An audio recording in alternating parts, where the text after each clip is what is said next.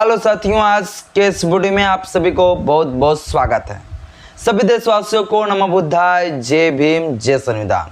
साथियों, आज के इस वीडियो में हम जानेंगे आर्टिकल 20 क्या कहता है। अनुच्छेद 20 हमें किस चीज का अधिकार देने की बात करता है।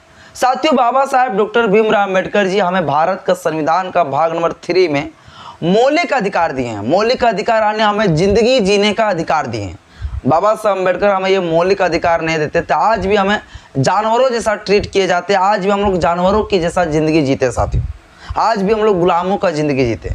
बाबा साहब अम्बेडकर ने आर्टिकल जब ये 12 से लेकर 35 तक दिए हैं, जब बाबा साहब अम्बेडकर हमें संविधान का भाग नंबर 3 में मूल अधिकार दिए, मौलिक अधिकार दिए हैं, तब हमें जो है आज़ादी मिला। और आज हम जिसके वजह से आपके सामने हम बोल पा रहे हैं, वीडियो बना पा रहे हैं, आप ज़िंदगी जी पा रहे हैं शान से, हम भी शान से रह पा रहे हैं, ये बाबा साहब अम्बेडकर की देन है। तो बाबा साहब अम्बेडकर ने हमें मौलिक जब अधिकार दिए तब हम सभी लोगों को हर अधिकार मिल गया। तो इसीलिए साथियों, ये मौलिक अधिकार को जानना हमारे लिए ज़्यादा बेहद ज़रूरी है। इसलिए साथियों, मैं आप लोगों को जो है अभी मौलिक अधिकार का लेक्चर में करा रहा हूँ।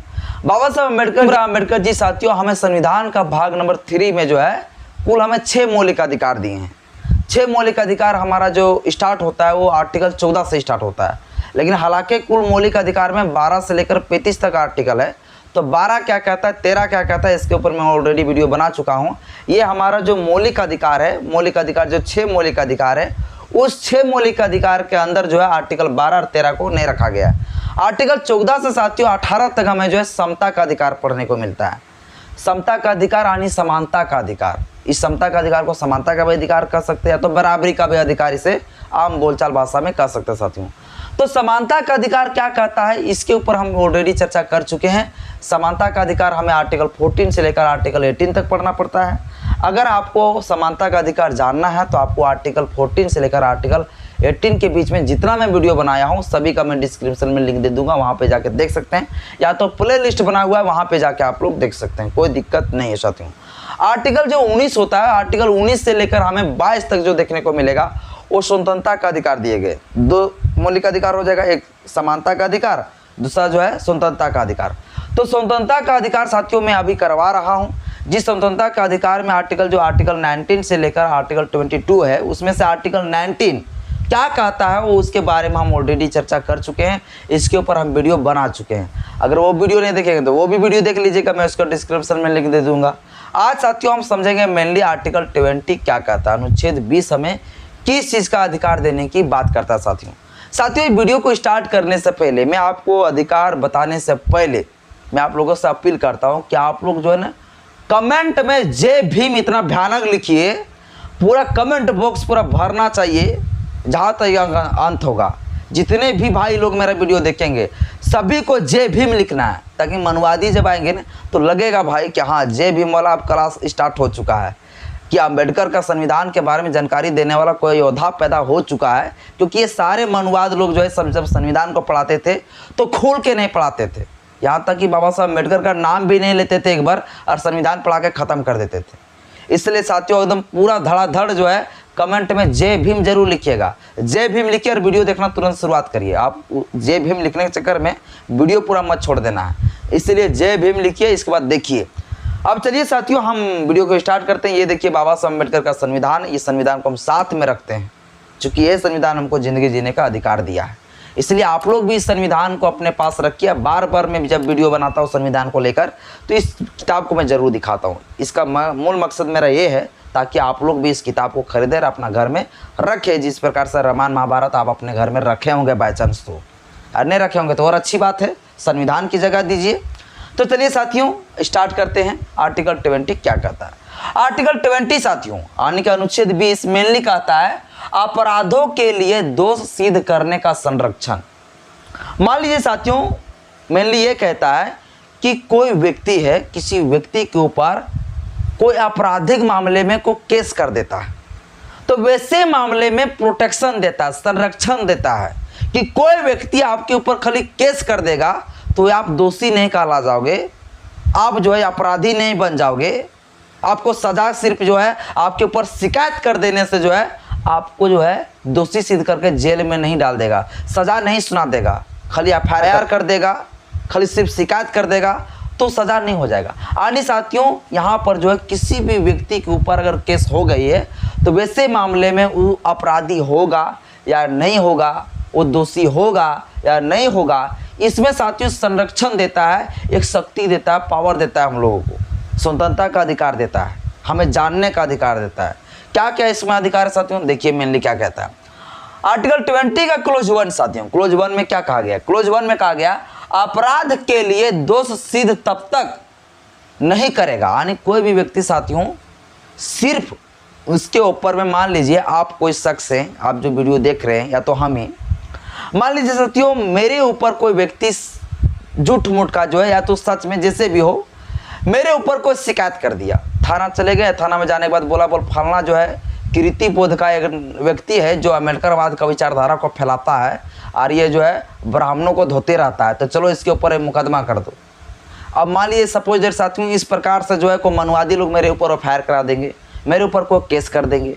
अब केस कर देने के बाद जो है हम तुरंत दोषी नहीं करा देंगे। वही यहाँ बात करता है कि अपराध के लिए दोष सिद्ध तब तक नहीं होगा, कब तक नहीं होगा, जब तक कोर्ट जो है हमें सिद्ध ना कर दे कि ये दोषी है। हाँ बिल्कुल यही दोषी है, जब कोर्ट कर देगा तब मुझे जो है मान लेगा कि हाँ जो है कीर्तिबोध जो है गलती किया था यार, ये दोषी है। इसमें साथियों और क्या कुछ लिखा गया, देखिए अपराध के समय का कानून का सजा। अब देखिए ये चीज को समझना बहुत ज्यादा जरूरी है साथियों, समझ सकते हैं। अब साथियों हम इस चीज को अब ऐसे समझ सकते हैं, सपोज दैट साथियों मैंने कोई सच में जो है कोई अपराध कर दिया, रियलिटी में मैंने किसी का व्यक्ति का जो हाथ मारकर मैंने तोड़ दिया, ठीक है, हाथ मारकर तोड़ा मैंने 2024 में, ठीक। अब 2024 में जब मैंने हाथ मार के तोड़ा तो जिस व्यक्ति को मार के हम तोड़ेंगे हाथ भाई, वो व्यक्ति तो मेरे खिलाफ में जाएगा भैया थाना, और वो जाएंगे तो वहाँ पर केस कर देंगे, मेरे ऊपर मुकदमा कर देंगे। पुलिस वाले का डिप्टी भैया वो एफआईआर दर्ज कर देंगे मेरे खिलाफ, वो चार्जशीट बना के भेज देगा, कहाँ पे, कोर्ट भेज देंगे। अब कोर्ट वाला वो जो सजा सुनाता है वो सजा साथियों तुरंत तो नहीं सुनाता है ना, ये सजा सुनाते सुनाते कोई ऐसी अपराध होता है जो सजा को सुनाते सुनाते 2 साल 3 साल लग जाता है, तब जाके जो है उस मामले के ऊपर सुनवाई होता है, तब जाके दोषी सिद्ध किया जाता है। दोषी नहीं रहा तो उसे बरी कर दिया जाता है, उसे छोड़ दिया जाता है। अगर कोई बड़ा अपराध कर दिया तो उसको जुडिशियल कस्टडी में रखा जाता है, लेकिन वो अपराधी सिद्ध नहीं होता है कि वो दोषी ही है, वो सिद्ध नहीं होता है। उसको इसलिए वहाँ रखा जाता है जब लगता है कि वो कोई बड़ा क्राइम कर दिया है, सच में एक बड़ा क्राइम कर सकता है, तो वैसे कंडीशन में जो उसे वहाँ रखा जाता है। यानी साथियों मैंने हाथ मार के मान लो तोड़ दिए, और तोड़ने के बाद जो है मेरा जो है मामला जो है अभी पेंडिंग में पड़ा है, वेटिंग लिस्ट में मेरा केस जो है सिर्फ ट्रायल में है, पूरा जो है कोर्ट मेरे ऊपर सुनवाई नहीं किया है। अब इसी साथियों सुनवाई के दौरान मान लीजिए लग गया 2 साल समय। अब 2 साल के बाद क्या होगा, एक जो है नरेंद्र मोदी जी एक कानून लेके आएगा और उस कानून में कहेगा कि जो व्यक्ति किसी का हाथ मारकर तोड़ दिया है, जो अपराधी है, जो इस प्रकार का क्राइम करता है, उस व्यक्ति को सजा ये मौत दे दिया जाए। मोदी जी ऐसा कोई कानून बना देगा साथियों कि जो है जो व्यक्ति हाथ तोड़ देगा तो उस व्यक्ति को सजा मौत दे दिया जाए। और जिस समय हम अपराध किए थे और उस समय यह सजा नहीं था, उस समय यह सजा मात्र था 1 साल का। तो भैया अब 2000 मान लीजिए 2 साल के बाद जो है 2026 से मेरा सुनवाई जब होगा कोर्ट में, 2026 में जो मोदी जी कानून ले आएगा कि हाथ मारकर तोड़ने का सजा हो जाएगा क्या, सजा ये मौत। तो भैया हमें सजा ये मौत नहीं दिया जाएगा, हमें वही चीज का जो है अपराध का वही सजा दिया जाएगा जो हम 2024 में अपराध किए थे। और 2024 में जो अपराध के लिए जो कानून था 1 साल का, तो हम 1 साल का सजा होगा। ऐसा नहीं कि 2 साल के बाद जो है मेरा केस ट्रायल में चल रहा है भैया, तब तक कोई नियम कानून बना दिया कि इसे सजा ये मौत दे दिया जाए हाथ तोड़ने का, तो हमको सजा ये मौत दे दिया जाए। ऐसा नहीं होगा। जिस समय कोई अपराध करता है उस समय उसको कौन सी धारा के तहत कितना साल का सजा की प्रावधान है, उसी प्रावधान के तहत ही जो है सजा सुनाई जाएगी। अगर दोषी सिद्ध हो गया तो दोषी साथियों और आरोपी में बहुत फर्क है। आरोपी वो होता है जिसके ऊपर झूठ मूठ का भी केस लगा दिए जाते हैं, वो सिद्ध नहीं होता है, उसको साथियों आप नहीं कह सकते हैं कि वो जो है दोषी है, वो आरोपी है। अब साथियों आगे देखिए, एक ही चीज में बदल नहीं रहना है। आगे देखिए क्या कहता है। आगे साथियों इसी आर्टिकल का 20 का क्लोज 2 कहता है एक अपराध के लिए एक ही सजा। अगर कोई शख्स है, कोई व्यक्ति है, बाय चांस साथियों मैं ही है, और मान लीजिए मैंने हाथ मारकर किसी का तोड़ दिया था और मेरे ऊपर सच में जो है हम दोषी हो गए और कोर्ट जो है मुझे दोषी सिद्ध कर दिया। अब मेरे को जो सज़ा जो है हाथ तोड़ने की सज़ा जो मुझे 1 साल सुनाया गया, वो 1 साल हम जेल में रह गए और 1 साल जेल में रह गया, हम फिर बाहर निकल जाएंगे। उसके लिए मुझे प्रेस कर दिया भैया, उसके लिए मुझे तो सज़ा दे दिया। अब जब हम बाहर निकल जाएंगे, अब बाहर निकलने के बाद बोलेगा फिर थाना वाला और कोर्ट वाला कहेगा ए छोड़ तोरा ये है सजा वास्ते कर लिए तो सजा काट कर निकला है ना, इसी सजा के लिए तुमको फिर 1 साल के लिए भेज देंगे।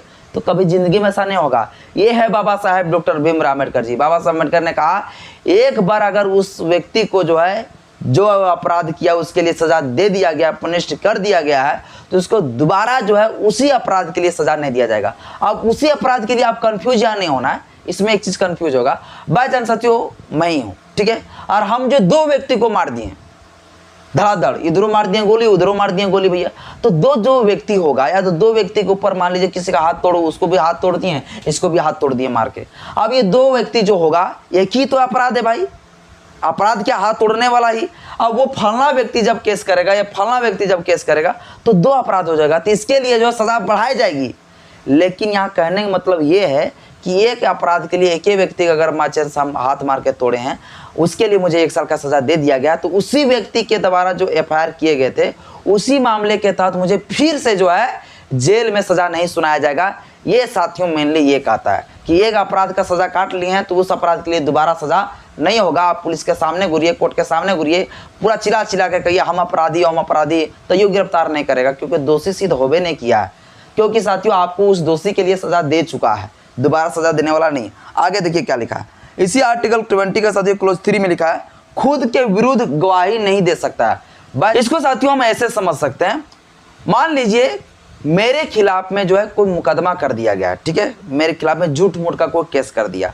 आप पुलिस वाले क्या करेंगे ना, पुलिस मुझे उठा के ले जाएगा, और पुलिस जब मुझे उठा के ले जाएंगे तो बोलेगा अरे तू तो चोरी किया था उसके घर में घुस के, बताओ तुम गवाही दे रहा है कि नहीं। अपने मतलब हम ही को चोर पकड़ रहा है, हम ही से गवाही ले रहा है कि तुम चोरी किया है कि नहीं बताओ मुझे। और अगर वो व्यक्ति नहीं बता रहा है, जबरदस्ती मारपीट के बोल रहा है कि बोल देना कि हम ही किए हैं, तो जबरदस्ती साथियों कि पुलिस वाला बाई चांस अगर थाना में अगर पूछा भी लेता है, जबरदस्ती टॉर्चर करके मार पीट के देखते होंगे थाना में, जबरथथरी जो है मार पीट कर जो है बोलता है तुम्हें किया है कि नहीं किया है, तो मजबूरी में अगर नहीं भी किया रहता है तो उसको मरिया के डर से जो बचने के लिए वो बोल देता है। अब इसी तरह साथियों मान लीजिए आपको थाना ले चले जाएंगे, थाना में जाके बोलेगा तुम किया है कि नहीं चोरी किया है। अब झूठ मूठ के आपके ऊपर फंसा दिया गया केस, अब आपको बोलेगा किया है कि नहीं किया, बोलो फटाफट, और मारेगा 2 डंडा और मारेगा 2 डंडा। तो इस चीज को साथियों जो है कोर्ट नहीं मानेगा, कोर्ट कभी नहीं मानेगा। जिस व्यक्ति के खिलाफ में, जिस व्यक्ति के विरुद्ध में जो है मुकदमा हुआ है, उसी मुकदमा वाले व्यक्ति को, उसी विरुद्ध वाले व्यक्ति को जो है आप उससे गवाही ले, आप उससे गवाही नहीं ले सकते। इसीलिए कोर्ट में जो है जब भी आप जाते हैं तो कोर्ट में जो व्यक्ति के ऊपर जो है ये मुकदमा चलता है, उस व्यक्ति को जो गवाही के तौर पर नहीं माना जाता, किसी और को बुलाया जाता है, क्या गवाह है, कोई देखा था, उस व्यक्ति को वहां बुलाया जाता है, उससे पूछा जाता है। जिसके खिलाफ में मुकदमा हुआ है, जिसके विरुद्ध में मुकदमा हुआ, उससे खुद जो है गवाही नहीं ले सकता है। यानी साथियों यही कहता है आर्टिकल जो है 20 का क्लोज 3 कि यानी कि कोई व्यक्ति के ऊपर अगर मुकदमा हुआ है तो वही व्यक्ति जिसके ऊपर मुकदमा हुआ है वो अपने लिए जो है सिर्फ जो है दोषी नहीं कहलाएगा। और बाई चांस ऐसा होगा साथियों, मान लीजिए कोर्ट चला गया, ठीक है, और कोई मामले पे किसी झूठ मूठ का या सच मामले में हो, जैसे भी मामले में हो, वो चला गया, मान लीजिए रियलिटी में कोई घटना कर दिया, रियलिटी में कोई अपराध कर दिया, वो कोर्ट चला गया, और कोर्ट में जाने के बाद कहेंगे कि हे बाबा हम तो अपराध नहीं किए हैं, वो अपने आप में गवाही दे रहा हम तो अपराध नहीं किए, तो नहीं, वो ऐसा नहीं मानेगा, किसी व्यक्ति के द्वारा पूछेगा। खुद का अपराधी के लिए, खुद के विरुद्ध जो है आप कभी भी जो है अपने गवाही नहीं दे सकते, दूसरे के लिए जो है दूसरे के द्वारा आपको गवाही देना पड़ेगा। ये साथियों मेनली इस चीज में कहा गया है। आई होप साथियों आप लोग को समझ में आया होगा आर्टिकल 20 क्या कहता है। वीडियो अच्छा लगे तो लाइक करें, चैनल में पहली बार आए तो चैनल को सब्सक्राइब कर लीजिएगा, बेल आइकन में प्रेस करें ताकि जब भी वीडियो अपलोड करूं आपके पास तो नोटिफिकेशन मिलता रहे। जय भीम, जय संविधान, जय विज्ञान।